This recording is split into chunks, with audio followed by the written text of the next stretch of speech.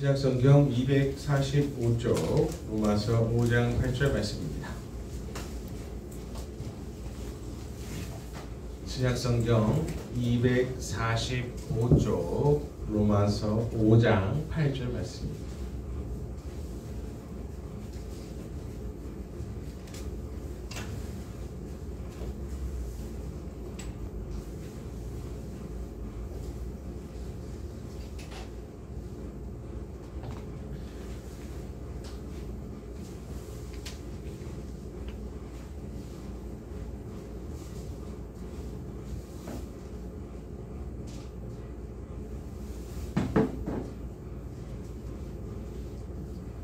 목소리로 같이 읽도록 하겠습니다. 같이 읽습니다. 우리가 아직 죄인 되었을 때 그리스도께서 우리를 위하여 죽으심으로 하나님께서 우리에 대한 자기의 사랑을 확증하셨느니라. 아멘. 찬 바람이 코끝을 스치다가 폐까지 찌르는 계절입니다.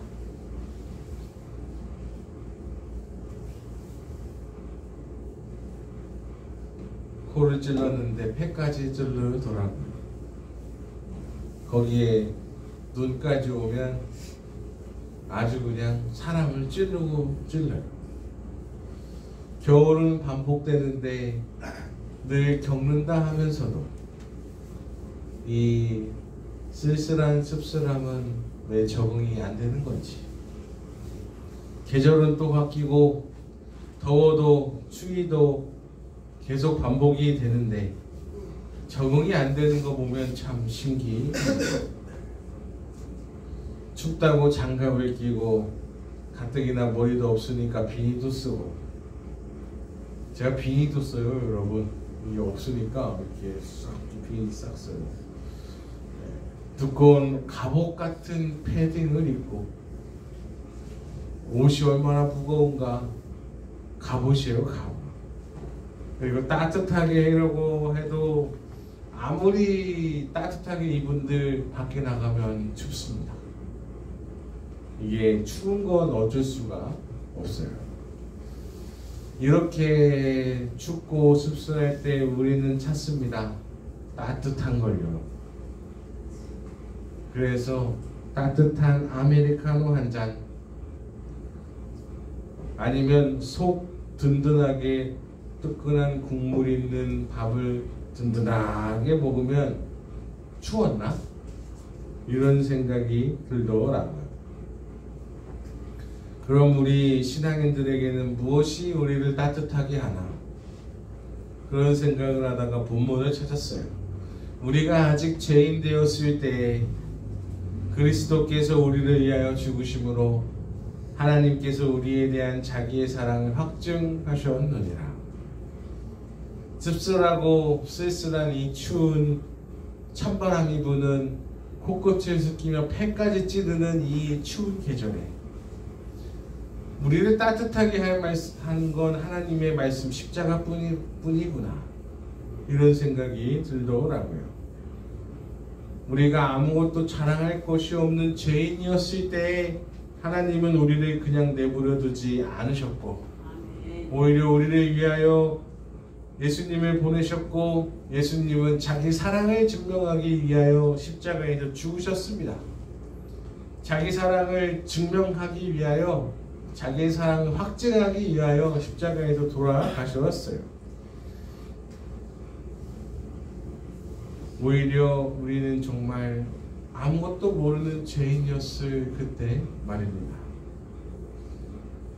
이 사랑이 우리 추운 마음을 녹이고 따뜻한 손난로 같은 은혜가 있기를 바랍니다. 우리는 늘 위기에 직면하고 살아가고 있습니다. 한순간도 위기가 아니었던 적이 없습니다. 우리는 늘 위기라고 말하고 살아가고 있습니다.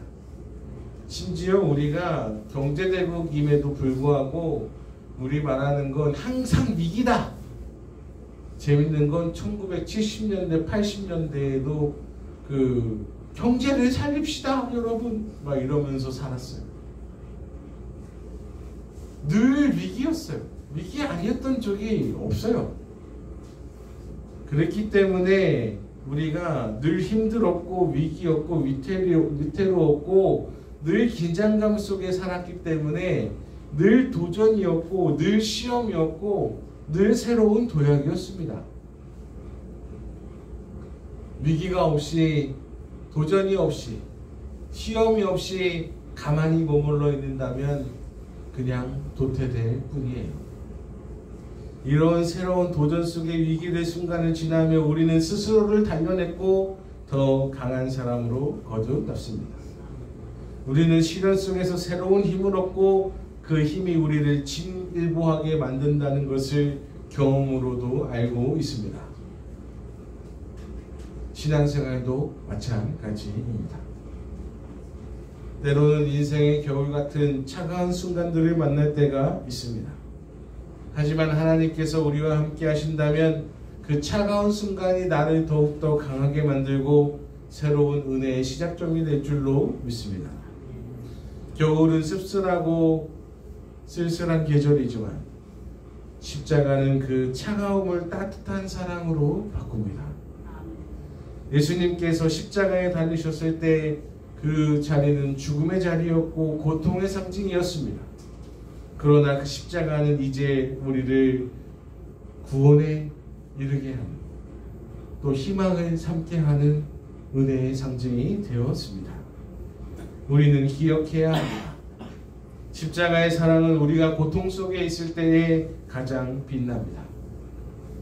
겨울의 추위처럼 차갑고 깜깜한 그 순간에 그곳에 예수님의 보혈이 따뜻한 위로의 소망이 되어줄 줄로 믿습니다.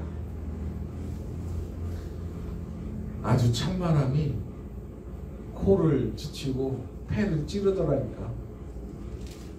거기에 눈까지 오니까 아주 눈도 찌르더라고. 세상에. 그 사랑으로 인해 우리는 다시 일어서고 그 차가운 시간을 넘어서 더 나은 삶을 향해 나아갑니다. 더 나은 삶을 향해 달려갈 수 있습니다. 우리가 아직 죄인 되었을 때 하나님이 우리를 사랑하사 자기의 사랑을 십자가를 통해 예수님으로 증명하셨다라고 얘기합니다. 이 얘기인즉슨 우리가 죄인 되었을 때라는 얘기는 잘난 거 뭐 1도 없었을 때. 근데 사람들이 착각해요. 뭐라고 잘나야 한다라는 생각을 갖는데 아니요. 우리가 전혀 내세울 게 1도 없습니다.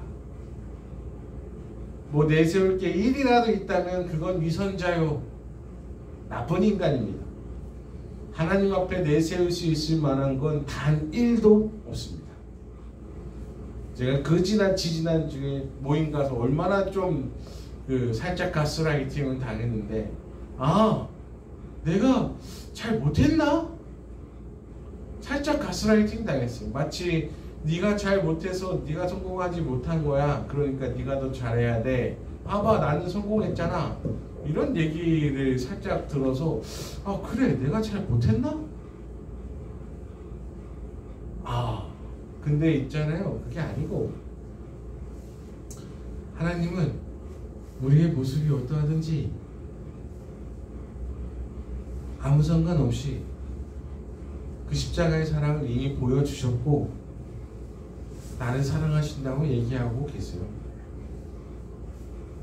꼭 크든 작든 많든 적든 이쁘든 안 이쁘든 잘생기든 못생겼든 뚱뚱하든 뚱뚱하지 않든 성격이 좋든 말든 혹은 친일파의 자식일지라도 매국노 이완용의 후손일지라도 하나님은 사랑하십니다.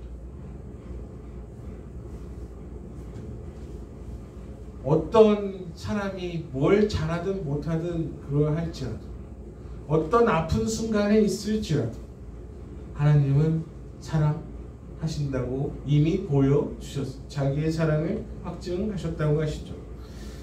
한 해가 저물어가는 이 시점에서 우리는 모두 올해는 어땠지라는 생각을 하고 돌아보게 됩니다.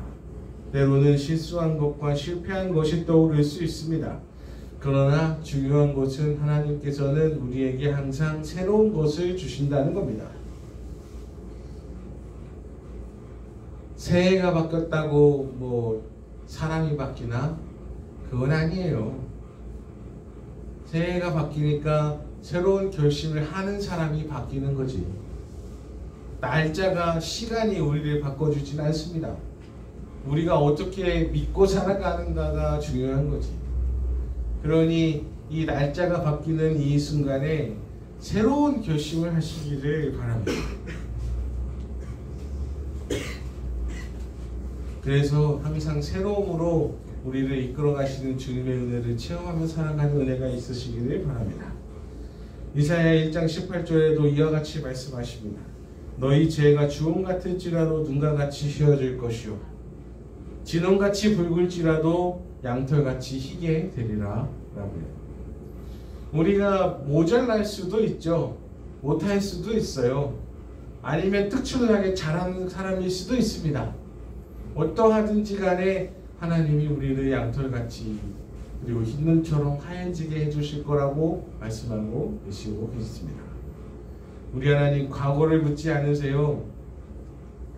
하지만 우리의 죄를 대신 덮어주셨고 다시 새롭게 시작할 기회를 주십니다. 새해는 단순한 날짜의 변화가 아니라 하나님 사랑 안에서 다시 시작할 수 있는 기회입니다. 넘어지고 또 시작하고 흔들리고 다시 또 중심 잡고 다시금 또 새롭게 시작할 수 있는 은혜의 시간이 바로 새해의 주요. 그러면 우리가 어떻게 사랑의 실천을 하고 살아갈 것인가? 간단합니다. 옆 사람한테 잘하세요.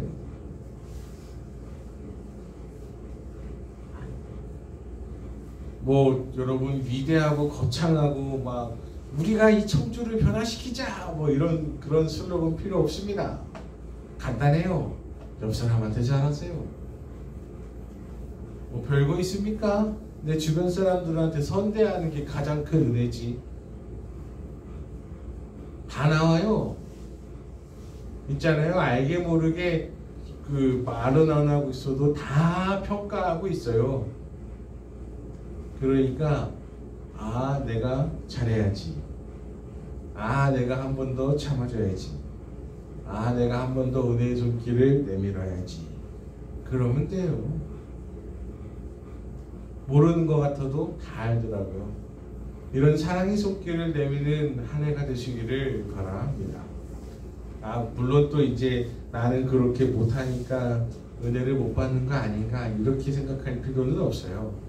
하나님은 어떠한 순간에서라도 어떠한 사람이든지 간에 우리를 사랑해 주신다고 말씀하고 계시니까요. 나는 이게 너무 좋아요. 그 차가운 바람이 코끝을 스쳐 폐를 찌르는 그 순간에 심지어 눈까지 내려서 내 눈까지 찌르려고 하는 그 순간에 그래 하나님이 나를 사랑하시지 하는 마음을 가질 수 있다는 것 자체가 한 해를 마무리하면서 되돌이켜 볼 때 사람들에게 이야기할 때에는 왜 더 잘하지 못했느냐라고 얘기하면 그래 내가 더 잘해야지 이렇게 생각할 수도 있고 역반응도 날 수 있는데 그렇게 사람을 올가맬 마음은 단일도 없습니다. 여러분 그냥 주신 것 안에서 또 더 주실 것 안에서 그 안에서 최대한 누리고 많이 사시고 내 지경의 지변을 최대한 넓혀서 많이 얻고 많이 누리고 많이 깃발 날리고 사는 은혜가 있으시기를 바랍니다. 힘 있는 사람이 돼야 누굴 도와줄 수 있어요. 그리고 내 주변에 있는 사람한테 선대하는 게 은혜로운 삶의 시작이고 그게 예수 그리스도의 향기를 날리는 길입니다.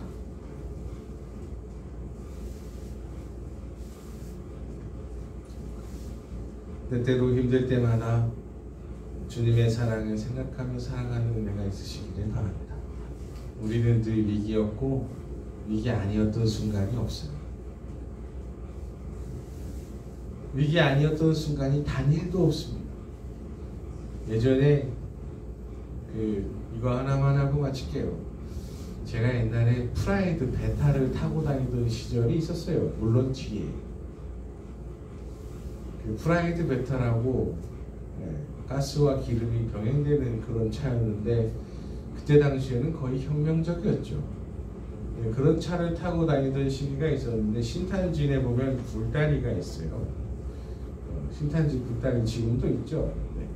그 굴다리가 있는데 굴다리 밑을 싹 지나가다가 갑자기 그 프라이드 베타가 멈추는 거예요. 그래서 왜 멈춰요? 이렇게 물어보니까 잠깐만 기다려봐. 이렇게 보니까 뒤에 파 한 단 3,000원짜리가 떨어져 있더라고.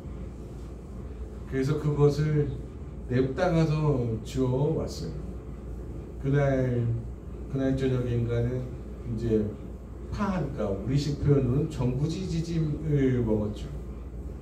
그러면서 이제 한 얘기가 3,000원이 얼마나 귀한데 다른 차 타이어에 박혀가지고 다 찢기기 전에 내가 주워온 것도 다행이고 3,000원이 얼마나 큰 돈인 줄 아니. 그게 20년 전 얘기긴 한데 그래서 이런 거라도 먹을 수 있는 게 얼마나 큰 은혜니. 이렇게 하면서 참 그런 시절도 겪고 살아갔었습니다. 근데 지금에서야 뭐 그거를 이해를 합니까? 못하지. 우리 손에도 3만 원이 있을 텐데. 근데 있잖아요. 다 되돌이켜보면 은혜인 거고 시절을 감사하며 사는 거고 또 내가 깃발 날리며 사는 거고 어떤 순간에도 위기 아니었던 적은 없고 그 위기를 딛고 일어서면 새로운 도약이 되는 거고 그리고 남들은 다 진일보하고 나가는데 나는 멈출 이유가 없죠. 아무리 시험 공부를 죽어라고 해도 점수는 올라도 등수가 안 오르는 이유가 뭔지 아십니까?